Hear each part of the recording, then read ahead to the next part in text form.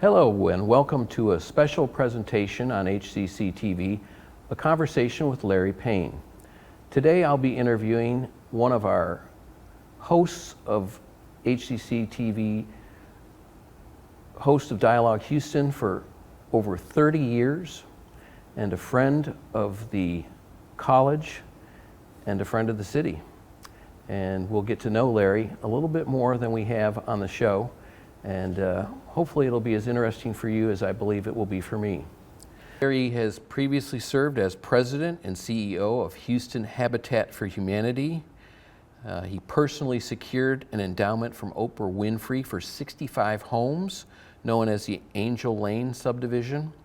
He's been district director for multiple congresspersons. He has served 8 mayors of the city of Houston. He is active in the Knights of St. Peter, the Archdiocese of Galveston, Houston, and his alma mater, University of St. Thomas. He received the Center for Houston's Future 2017 Impact Award. He has a passion for educational issues. He was the former president of the Greater Houston Coalition for Educational Excellence, Greater Houston Partnership, and was Director of Community, Institutional, and Government Relations for the Institute for Urban Public Education. His show Dialogue Houston, which is seen here on HCCTV, is in its 32nd season. And Conversations with Larry Payne can also be seen on our other PEG channel, Houston Television, which is the City of Houston's PEG TV channel. He actively participates in the American Leadership Forum, the Institute for Spirituality and Health, the Greater Houston Women's Foundation, Children at Risk, the National Conference for Community and Justice, Houston Graduate School of Theology, Interfaith Ministries, Center for Houston's Future, the University of St. Thomas, Catholic Charities, and the Cerro Niños Public Charter School System. Our guest today is Larry Payne. And welcome, Larry. Thanks for being here. Chris, it's so great to be here on the set with you and so great to be back with the HCCTV family. Now, as you can tell, we're here in the studio of HCCTV. Maybe you can't tell, but that's where we're at. And I am the engineer here at HCCTV. And I've just been so moved by Larry's presence and his work over the years that I really wanted to be a part of this. So I'm not a professional talk show host or interviewer, as you probably have already guessed, but I really feel from the heart that this is something that I've wanted to do for many years, and I'm so grateful that you've been able to make the time available and to put yourself on the line with me here today. So let's get started here. Well, as a friend, of course, I'm glad to have you be the one to be the interviewing, so I appreciate that. So. Thank you so much. What's your earliest memory as a person? Do you have a recollection of what your earliest memory is? That's a varied and deep question. We don't have enough time. We're here for a couple hours. Well, I grew up in Orange, Texas. And when you say during the 60s growing up in Orange, Texas, you literally grew up with the Ku Klux Klan.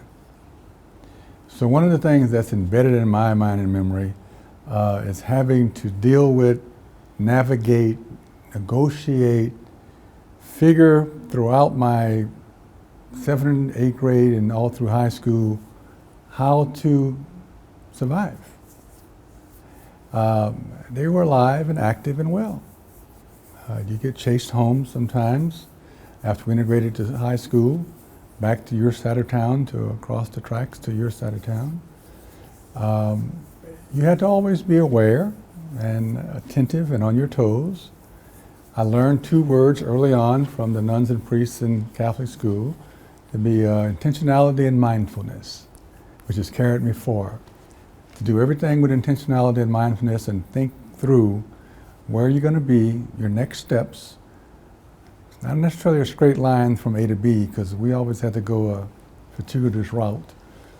So all that kind of sticks with you. It helped me in many ways. Some people say, oh, it had to be horrible and terrible. No. I learned more from that experience of how to work with people, talk with people, dialogue with people, the art of compromise, the art of negotiations, to be able to get anything done.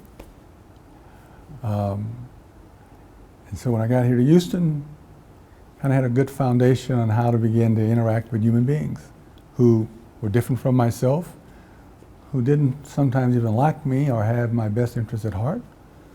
You know, growing up in Orange, we were both, as an African American, well, we weren't African Americans then, being a Creole, colored, Negro, black person who also was Roman Catholic, they hated us on two levels. Sure. But we got to Houston. It was a good learning foundation, a hard one, but a good one. Yeah. Who were your childhood heroes? Oh, without a doubt. My grandparents and my parents, the priests and nuns. I had great role models. I had great adults around me.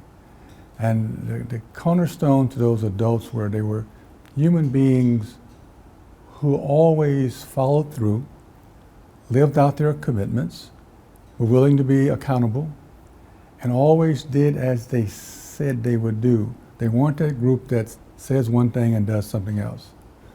And so honesty, truth, integrity, character, all those words I grew up with, reinforced by every adult around you. You can't help unless you just this hard, porous rock that nothing can seep into. You can't help but pick up these lessons, to learn these lessons. And they shape you, they mold you. Along with instilling in me a great, deep spirituality and prayer life, that as I've gotten older over the years, I've come to appreciate more than anything else. Fighting the health challenges that I've been fighting with the cancer and the heart disease, that prayer life is invaluable. I don't know how you get through it without it.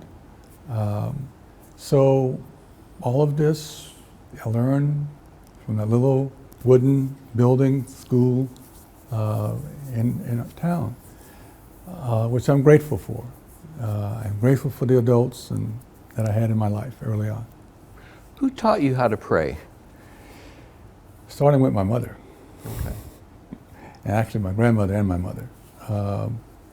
We attended daily mass every day. Every day from the time I was old enough to remember, I went to mass every morning. Never discussed, never optional, never had a choice, which is beautiful. So I started my day every day with mass. By going to Catholic school, you also do mass every morning before school starts, so that builds it. But by then, nobody could take me, nobody could stop me from going. It got to the point where it became my thing. What do you mean you're not going to mass? I gotta go, gotta leave, sorry, I did the whole thing, the altar boy and all that stuff. So that led me to wanting to be a priest, study to be a priest, because again, the role models, which I did. Came to Houston, St. Mary's Seminary, 9845 Memorial Drive, zip code 77024. I say all that to say that this way, at that time from 68 to 72, I was the only black speck anywhere on Memorial Drive. Anywhere. Which means you learn some lessons from the Piney Point Police Department, and the Bunker Hill, and the Hedwig Village Police Department, so the village's police department. I learned a very hard lesson that not to come to the seminary at night the back way, but always come from 610 to Memorial Drive. I tell this story because I just want to kind of get people to understand that life is different. Many of you old enough to remember the Strawberry Patch restaurant on Westheimer, one of the original Pappas' restaurants. It's closed now, been closed. I think it's a steakhouse now. So you could go from Westheimer to, I don't know what street that is now, Voss. You go the back way to Memorial, past Vargos, that little curvy road that goes to Memorial. Yeah. I made the mistake of going home after dinner with some friends, I and another seminarian in the car, of going that way to get back to the seminary. I was driving. Wrong decision. Wrong decision. Got pulled over. I knew that my life was going to end on the side of that road that night. Because you don't belong out here. Why are you here at this time of night? None of you live out here. So I explained who I was a student, where I was. So I finally talked them into, they arrested me, the whole thing, took me to jail. I said, I got a phone call, don't I? I said, yeah. So I called the rector at the seminary, came and got me. Put up a big fight. I mean, he was a great guy. He let them have it. And he said, I don't care what you say, he is going home with me now. You do what you want later, but he's going home with me now. And that went on, off and on, the whole time I was there. Finally, the rector went to the police department, gave him a picture of my car with my license plate, and said, he's a student of mine. He belongs to me here. Leave him alone. But that's what it took. But here's the thing about that, and here's the thing about even some of the discrimination, prejudice, and racism I experienced in the seminary. And the guys that I was in school with, and I have to say, you have to always be conscious and have a context. These young men came from all the little cities around Houston, Warden, El Campo, Sealy, Lake Jack, go down the list. Most of them never went to school with a black person. Didn't grow up with black people. Didn't have them in their schools, didn't attend church with them. I'm the first. So I'm just 6'6" with this afro out to here back then. Take no nonsense from nobody, because that's how I grew up for survival. And so we actually had some fights, because I had racists. My dad always said, you got to put them in their place and put them in check quick, or they're going to make your life miserable. Well, I know, and everybody wants to beat up on the big guy. You know, the theory on the playground in the parking lot, on the sand lot. You take out the big guy, and everybody else leaves you. You know, so we fought. But I understood where they were coming from, because they never engaged with another human being different from themselves. They grew up with PLMs, people like me. Right. And even today, if that's your only context, and you grow up in a silo, and you grow up in these gated communities, and you grow up in that kind of reality, you don't know how to have interaction, dialogue, even a simple, decent conversation with another human being who is different from yourself. Yeah. And what they threw at me, which they thought was so mild, I go back to, was so mild compared to what I grew up with. So that little stuff didn't bother me, didn't fade. Look, I grew up with the real haters, the Klan. This stuff is nothing. I say all that to say, though, all that stuff shapes you. Sure. And it really helps you, though, if you learn the lessons from it. You gotta step back. You gotta learn the lessons from all of that. You have to take the time to meditate and pray on what's the lessons to be taken from this stuff. Experience teaches you nothing. It is only the reflection on the experience that you learn from. So you have to take the time to process the experience. Yeah. So this is young adulthood we're talking about right now. I'm trying to get out of college. And your adolescence prior to that. And so you weren't submissive in any sense of the word then. You were a little maybe edgy, but you had integrity. That's what I'm hearing. You were true to yourself. Right. You weren't going to be the submissive participant in this. Is that a fair characterization? I learned this phrase from my grandfather. My grandfather said that he searched the Bible long and hard. He never found the word timidity. He said the word timidity does not exist in the Bible. So, we taught us how to fight. He taught us how to protect ourselves, how to defend ourselves, how to survive. Because basically, like then, it's survival. Yeah. In his generation, if he didn't know how to fight, he was going to die. In my father's generation, if he didn't know how to fight, he was going to die.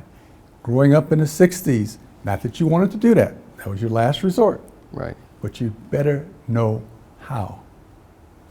Well, what you talk about too is a very hard, I think, reality for myself to grasp, and that's sometimes we don't learn the lesson until after we have the teaching, so to speak, unless after we go through the experience.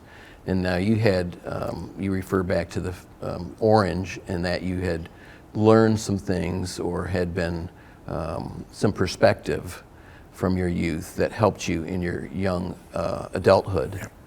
And let me clarify one important part. The offset to the part of orange that I described earlier, the offset was so many great other people. So many great, let's see, using 60s nomenclature and connotation, so many great Anglo-Caucasian white people. groovy people. Really good, caring people, Yeah. loving people, sensitive people, Okay. aware. So they offset all that other stuff. So there were more, let's just say there were more good, much more good than bad. Much more joy, love, peace, and happiness than evil and pain. And I'm grateful for those because they took me on, and took me in, and embraced me, and gave me jobs and all kinds of stuff. So my father was 6'7". I'm only 6'6". His nickname was Big Joe. You asked him who Melvin Payne was, nobody really. You'd say Big Joe, everybody knew Big Joe. Everybody in the city, town knew Big Joe. So I had the advantage of him, the relationships he developed, particularly in the Anglo-white community. Those all benefited me because therefore I was Big Joe's child, Big Joe's son, so I could really do no wrong, no harm. So he opened the door because of his relationships to a lot of people that ended up hiring me doing all kinds of jobs. I mean, you learn again from these people. I had all the little jobs at that time that a person of color in Orange did not probably have the opportunity to have because of my father and the relationships he had with people. The first this, the first that, the first I was the one. So I'm very grateful to learning the value of relationships that he taught me. And as we've talked about, you and I, over the years, very special relationships. Relationships built on mutual trust and respect.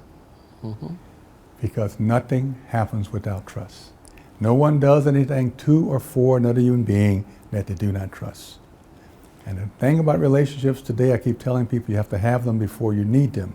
It's too late in the middle of the battle, of the need, of the cause, of the issue, to say, oh, I wish I had a relationship with so-and-so. You've had how many years to cultivate that relationship? Yeah. And you didn't do it, and now in the middle of the need, it's too late. Yeah. Yeah.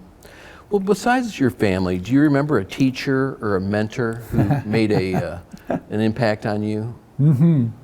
I'm going to guess all of them did, but anyone that was particularly noteworthy? No, I got the scars here. Sister Mary Inviolata, Sister Germaine, Father Mulligan, O'Reilly, O'Leary, and Faraday. Sounds like the Irish mafia, as we used to call there. Yeah. And then, of course, my parents, aunts, uncles, and grandparents. But right. You couldn't help, when I say saintly, now I don't use that word lightly, you couldn't help but being around these saintly people and not pick up. Who corrected you when you were wrong, who gave you no slack, but also when you were right, they loved you, they praised you, right? And then when I went to, and here's the interesting point about that question you asked. By the time I got to high school, because I went to Catholic school from K to 8, I can't think of one person in high school, one teacher. Interesting. Because once we integrated the high schools, it was holy hell. I mean, it was, and again, it was the times and the era. Our fight song was Dixie. Our flag was a rebel flag. Just go down the list. Sure, yeah. People can't believe that nowadays because it's a distant memory, but it was and of real. course, after a few years, things changed, and, Yeah. and the kids started getting along with each other, and the parents started getting along. And the main thing that helped was the football team started winning for the first time, because now you got these black kids from the other school on the team, and the basketball team, which helped. But what you hear today being discussed about poverty, about racism, about inequities, inequalities, all goes back to slavery. And that era of the 60s and the 70s, the things that you hear today being discussed, schools, the problem with education today, the problem with Wheatley, the problem with the schools are all tied to the same thing, not willing to invest enough, not willing to understand how you need certain things for different kids who have different challenges, not only mentally, emotionally, and others, but it's the same thing. It's just wrapped differently, it's presented differently, it's talked about differently. So part of the challenge today, it seems to me, is to change the narrative, that old saying, if you change the narrative, you change the outcome. We have to change the narrative and have an honest narrative, a truthful narrative. That's why all this critical race theory stuff and all this other stuff, if you can't have an honest dialogue, if you can't talk about the past that informs the present, so we'll have a bright future together, then if you can't talk about that and connect it back to history as to why things are today the way they are, but yet how we can still change them, we're not going to ever grow out of this. We're going to be having the same conversation. You know, I keep telling, Mayor Turner is the 8th mayor that I've worked with or for in this city over 50 years now. And I keep talking about the next mayor. So we got this thing we're working on now. I think I mentioned to you about it. We're doing something called Houston 2036. Mm-hmm. In 13 years, will be our anniversary, 200 years old as a city, 2036. So Mayor Turner is the 62nd mayor, the 64th mayor into her first year of her second term, will be the mayor in Discovery Green, August 30th, 2036, when we're talking about youth. What's her speech? We got to start writing that speech today, right? We can't be waiting on talking about the same issues now we're going to be talking about in 2036. Mm-hmm. So the question becomes, how do we do that? How do we get people engaged? How do citizens, constituents, congregants, consumers, customers, whatever you want to call them, how do we understand our roles and engage in our roles going forward? That's the issue. And that's been a major theme of your show, Dialogue Yes. Houston. We're going to talk some more about that and a lot of other things, but we're going to take a break right now, and we'll be back after this.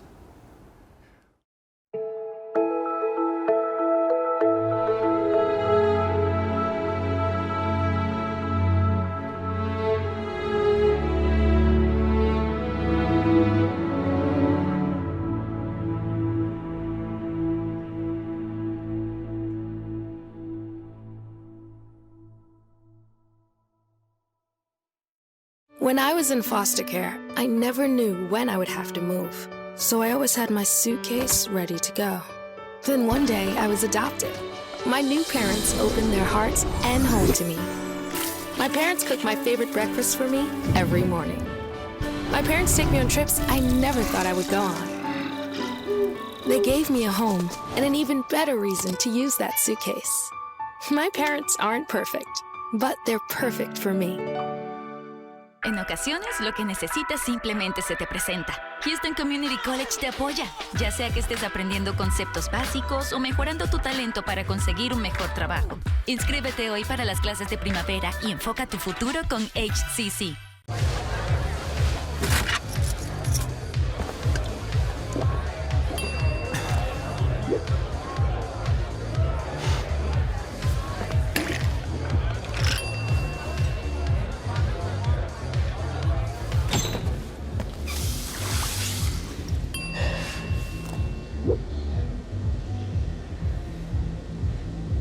If you need to do something to feel okay to drive, you're not okay to drive. Don't drive buzzed. How prepared is your family if disaster shows up at your doorstep? You can't just turn away a natural disaster. That's why it's important to go to ready.gov/plan before they show up. It has the tools and tips you need to make an emergency plan with your family. So if disaster comes knocking, Let's go. You'll be ready to help keep your family safe. It's just a pizza. Yes! Make a plan today. There was an old woman who lived in a shoe. She had so many children, she didn't know what to do.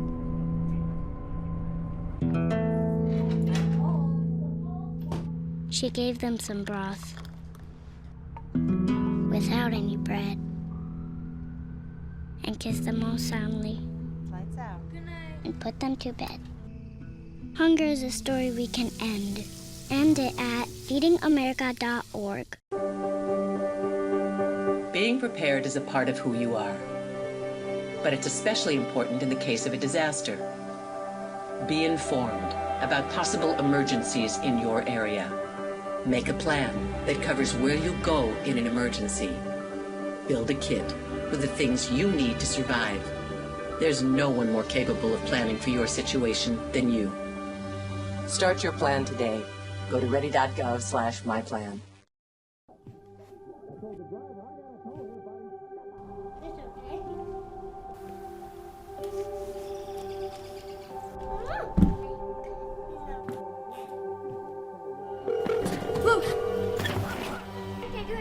Where's your emergency? Everyone's on their way. What happened? Your friend's not breathing. Yes, please get my mom and dad. Oh my God! 150 over 90. 180 over 111. 160 over 110. I had a stroke.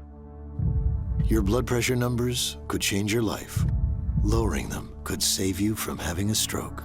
If you've stopped your treatment plan, restart it or talk to your doctor about creating one that works better for you.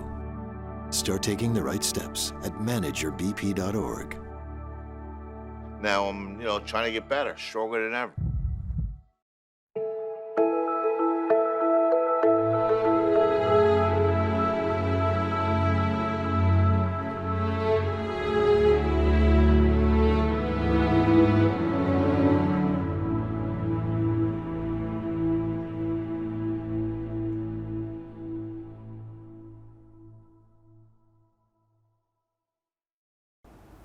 We're back talking with Larry Payne, host of HCCTV show Dialogue Houston, and about 100 other great things that he does for our community. And Larry, you're kind of what a best friend is to Houston and to all of us. When did you first understand that you had a calling? Servant leadership has always been my thing. I think I grew up with it. It's in my blood, in my DNA, and reinforced by, as I was saying earlier, a lot of adults in my life. So here's my thing about servant leadership. It's a calling. We're put on the face of the earth for one reason and one reason only, to serve our fellow human being. To do that, I have to stay healthy and available to serve others. So I've preached this all my life. There are 5 things we have to have in our life every single day that are non-negotiable. Proper nutrition, proper physical activity, attention to your mental health, spirituality, and laughter. Those 5 things every day will keep you whole so that you can be ready, able, and available to serve other human beings. Now that's a lot. That sounds simple, but you have to be selfish to take care of yourself so you can then be selfless in your service to other people. Yeah.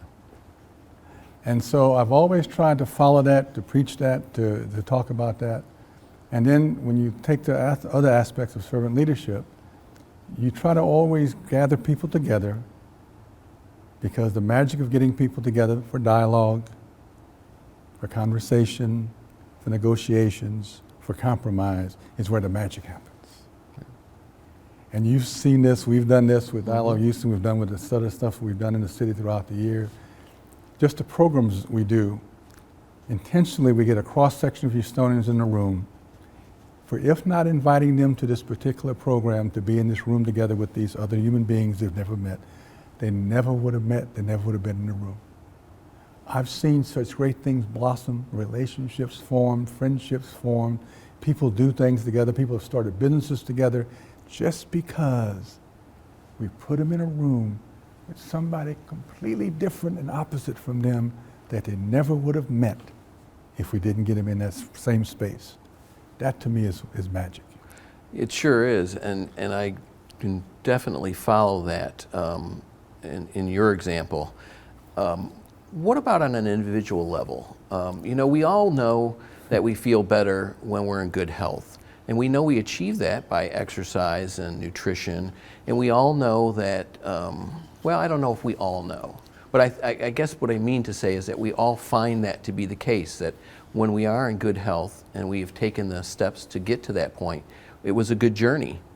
And I think the same thing can be said about faith. You know, people are like, well, I'm not a real religious person, and you know, I'm not a real person of faith. And it's like, well, you have faith in a lot of things, you just don't understand.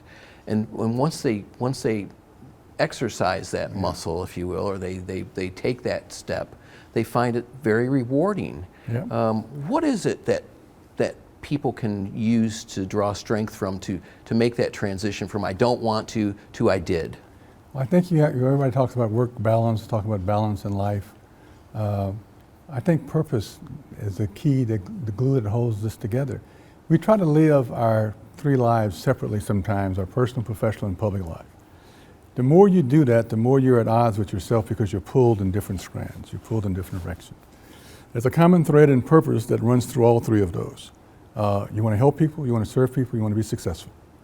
You want to leave it for the next generation better than you found it for this one.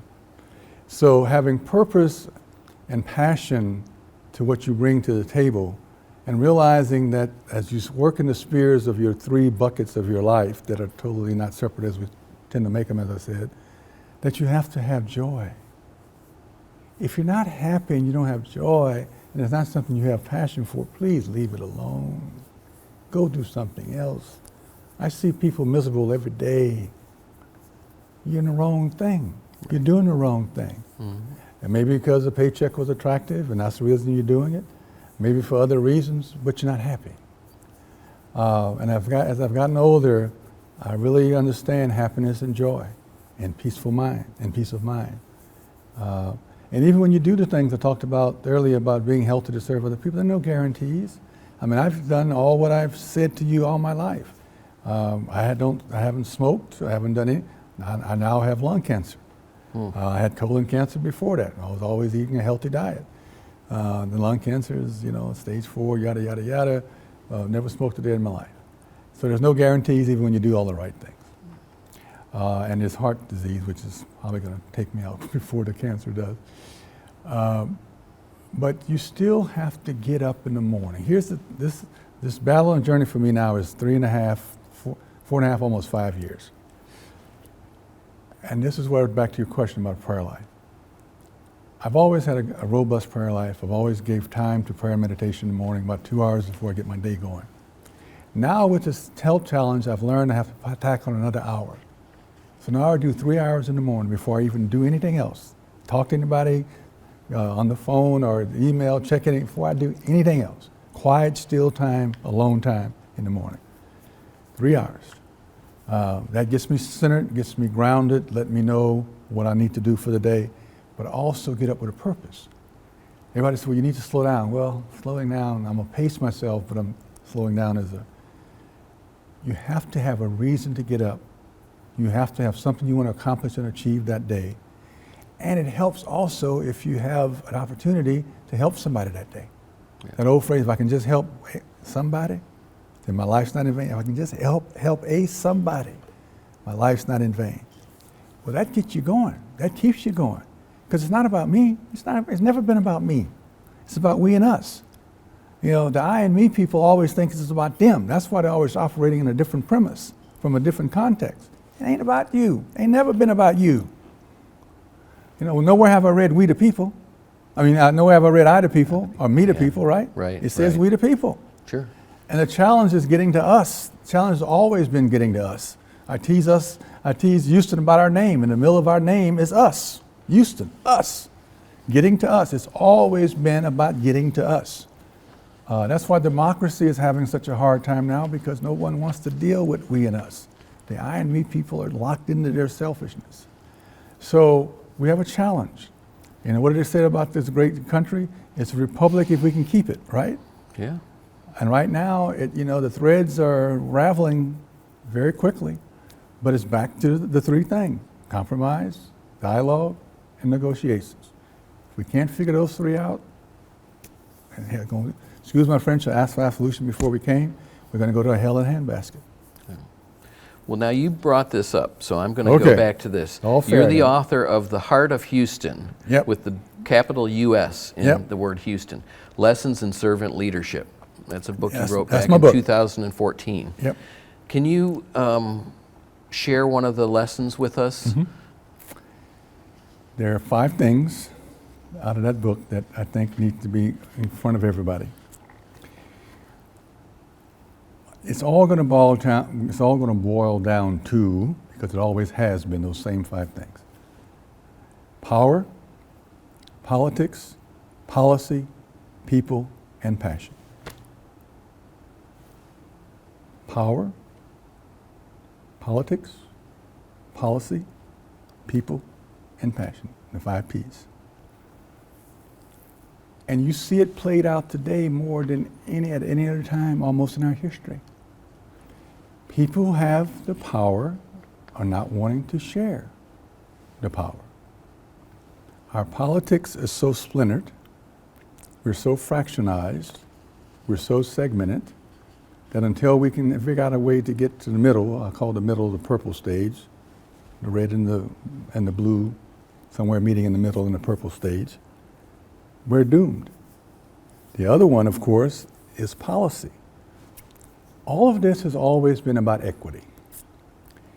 All of this has always been about the willingness or unwillingness to have equity, to share equity.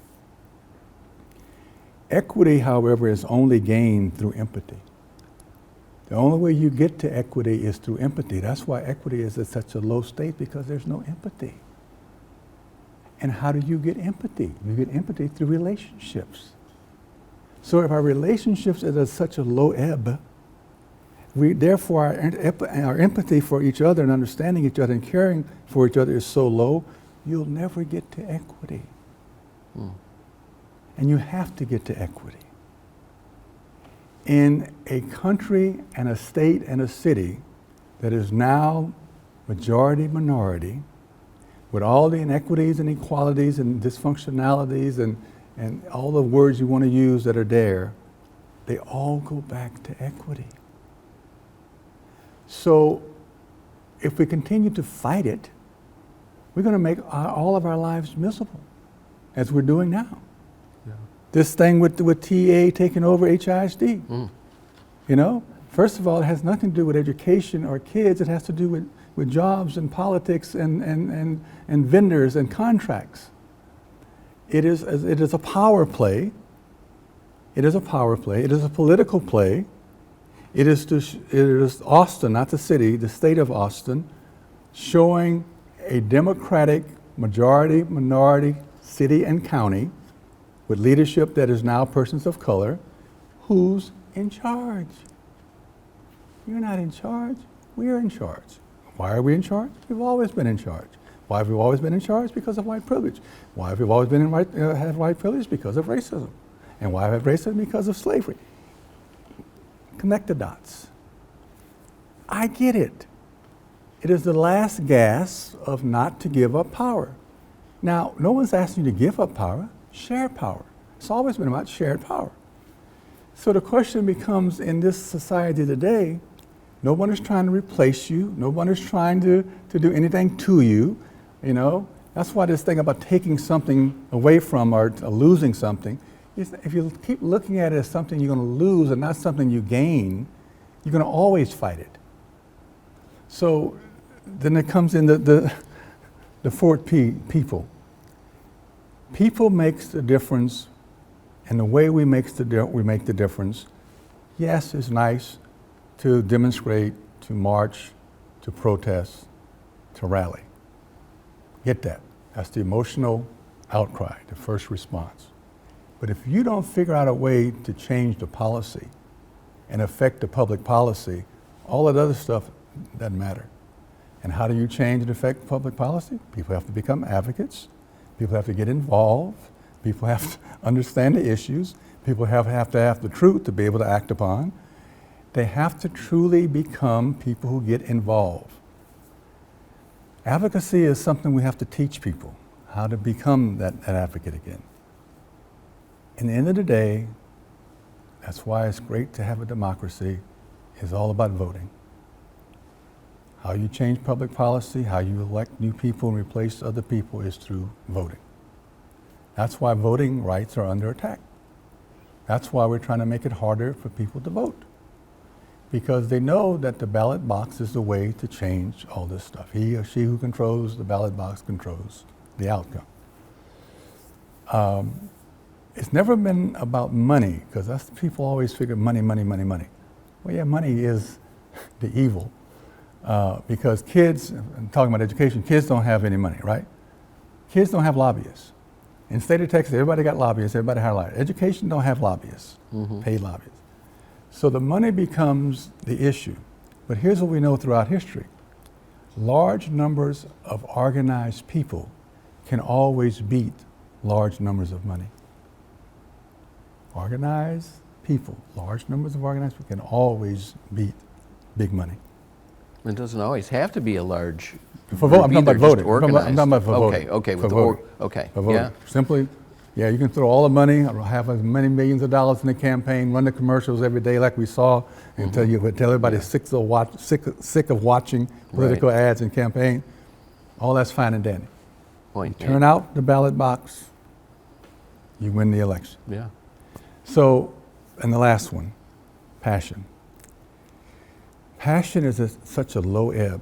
I heard this the other day in this discussion about TA and the state taking over HCCTV and the whole thing about Wheatley. And this got me, because this is a guy who I've known probably 35, 40 years. Nice guy, by all means, by all measurement of nice. He's caring, he's concerned, he gives money to his church, he gives money to nonprofits, he gives money to charity, big money to charity. I was talking to him about the kids in HCCTV and the minority-majority thing. He said this to me, Chris, but Larry, you don't understand, those are not my children. Okay, those are not, in a democracy, those are not your children. And here's what was interesting about his comment. It wasn't mean-spirited, it wasn't ugly, it wasn't meant to be racist. There is a disconnect. He sees no reason to be involved and engaged to help these kids get a quality education. We went into the discussion of what you normally would do. That's our future workforce. Right. Those are the kids that are going to be inventing drugs and serums to save our lives. Those are the future leaders of. Came back with the same retort. But those are not my children. So we've given him, in his personal life, his professional life, and his public life, we've given him no reason to be connected. Now, I don't blame him, I blame us. We have failed as a society to give him a reason to care about having equity, because we've given him no reason to have empathy, and because he lives in a gated community, in a silo, with people like him, surrounded only with people like him, there is no relationships with someone that looks like me. I'm probably still to this day his only black friend. So I get it. But we can't continue to live our lives like we're in separate realities. And so something has to give.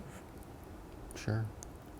You know, you mentioned that equity, and when you were talking about that, I was thinking about Maslow's hierarchy of needs, and you know that it starts with shelter and food and safety, the basic and security, stuff. and then ends with the self-actualization at the top of the pyramid. And yeah, good point. And you know, I also think about Father Richard Rohr's chronicle of people in their lives, and the first part of their lives, they're gathering things and titles and kind of like a bird building its nest, I guess. But and then the second half, they're seeking that spiritual. What is it all about? What's it all mean? And I see a theme coming from what you're describing, and I've reflected on this before as well. But it's fear. Yeah. People are fearful of the future. Yeah. What's going to happen? Yeah. Change. And that's what's driving a lot of it too. Fear is it. You nailed it. Fear is the greatest motivation to do or not do. And so you have to turn fear into a positive. That first of all, that little classic thing of fear, which we all grew up with, which I love because it's so. What is fear? False evidence appearing real. Because most things that people are fearful of are built on lies. Or just lack of understanding, But not built on truth. It's so disingenuous today. It's so, you know, when I was, and that's why I don't have my phone with me. That's why technology is working against us. Oh yeah, the tail wagging the When dog. I taught to classes at U of H at the College of Ed, I would have students during the day do this research on whatever the issue was. Go find on the internet all the things that support this argument, whatever the argument is. So they'd go find it. Then when I teach the class, the next class, I would say, go and find something that disputes what this group just came in and said is the gospel truth based upon their findings and references. What do? You go, you dig, you look, you can find something that will dispute every word that was just presented as the gospel truth with references, and you can find just the opposite. Yeah.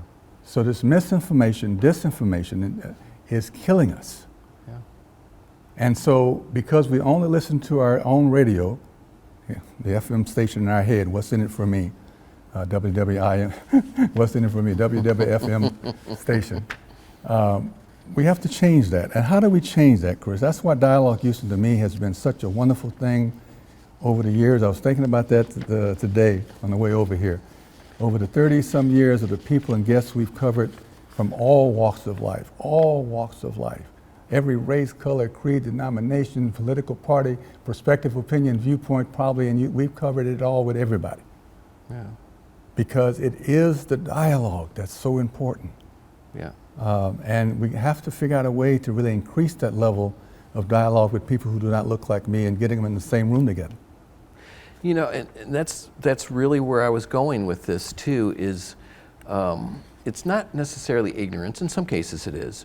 In some cases it's just not knowing. And you know, we so live by context sometimes that if we can just put things in context, then they don't burden us constantly with well, what about that? What is that all about? Yeah. Or what does that mean? If you get the context of, well, those people are just lazy. If they worked harder, they'd have what I have. Right. Then that's your context, and it's a wrong context, I think, in most cases. Yeah. But then there's the other factor too, that, and I remember the day that I read this, and it hit me like a bolt of lightning. And it was regarding politics, and it says, if you can make people mad, you own them. And there's been a fair amount of that going on too in the world. Yeah. Now, we're not going to change the world here talking about it, but you know what? It's already started. I won't say it's a start, because it's already started. You've been doing it for 32 years. But what I think the magic, or it's not magic either, what the substance is here, is you're giving people the ability, the directions, the wherewithal to continue to grow this effort. And you know, I think that's a great thing. Ignorance is a comfortable place to be. Ignorance is bliss, according to George Orwell, right? As long as I say I don't know, I have no responsibility. As long as I have no idea and no informed idea, then I have no responsibility and I can't be held accountable. And here's what I always say about ignorance. Now that I know that you know, and now that I know that you know that you know, you can't be ignorant anymore. You can't play dumb, because now you're faced with a decision. Do I get involved, or do I stand on the sideline? Do I stay on the sideline, or do I get involved? I think people love their ignorance. Sherry Steinwinder, who we've had on the show, and you know, head of the Center for the Healing of Racism, has this definition about racism. Racism is an emotional commitment to ignorance. Racism is an emotional commitment to ignorance. Perfect. Now, you were the leader behind the 2036 task force, changing gears a little bit, but still staying on a theme here. What sort of vision do you see for Houston as we approach that milestone? Well, let me share that real quick, because Cambrell Marshall did a feature on his show about Houston's future. I called Cambrell and said, Cambrell, I love your show. You got it started at getting at the whole facts, but didn't have time, so let's talk about how we develop something. So he and I really started 2036 along with 12 other human beings.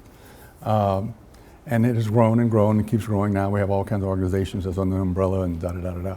HCCTV, Dialogue Houston has been the cornerstone of it all from the beginning. because we started this conversation actually on the old set of Dialogue Houston in 2018 or 2017 with the guests I had. The first time we talked about Houston 2036 was 2017, sitting at that table over there. So it's really kind of got started through Dialogue Houston. But the group has come together and we focus now on four issues: social, economic, political, and spiritual. So we have an ongoing series of monthly speakers and panel discussions and audience discussion and dialogue around those four issues. Had a big conference in January at the University of St. Thomas, all day Saturday. It got us deeply into those issues. And we keep building on that.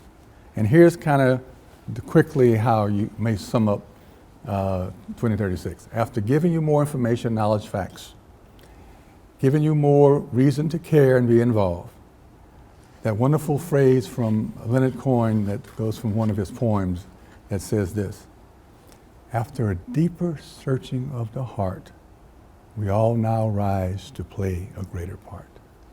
That's what you want. After a deeper searching of the heart, the empathy, we all now rise together to play a greater part.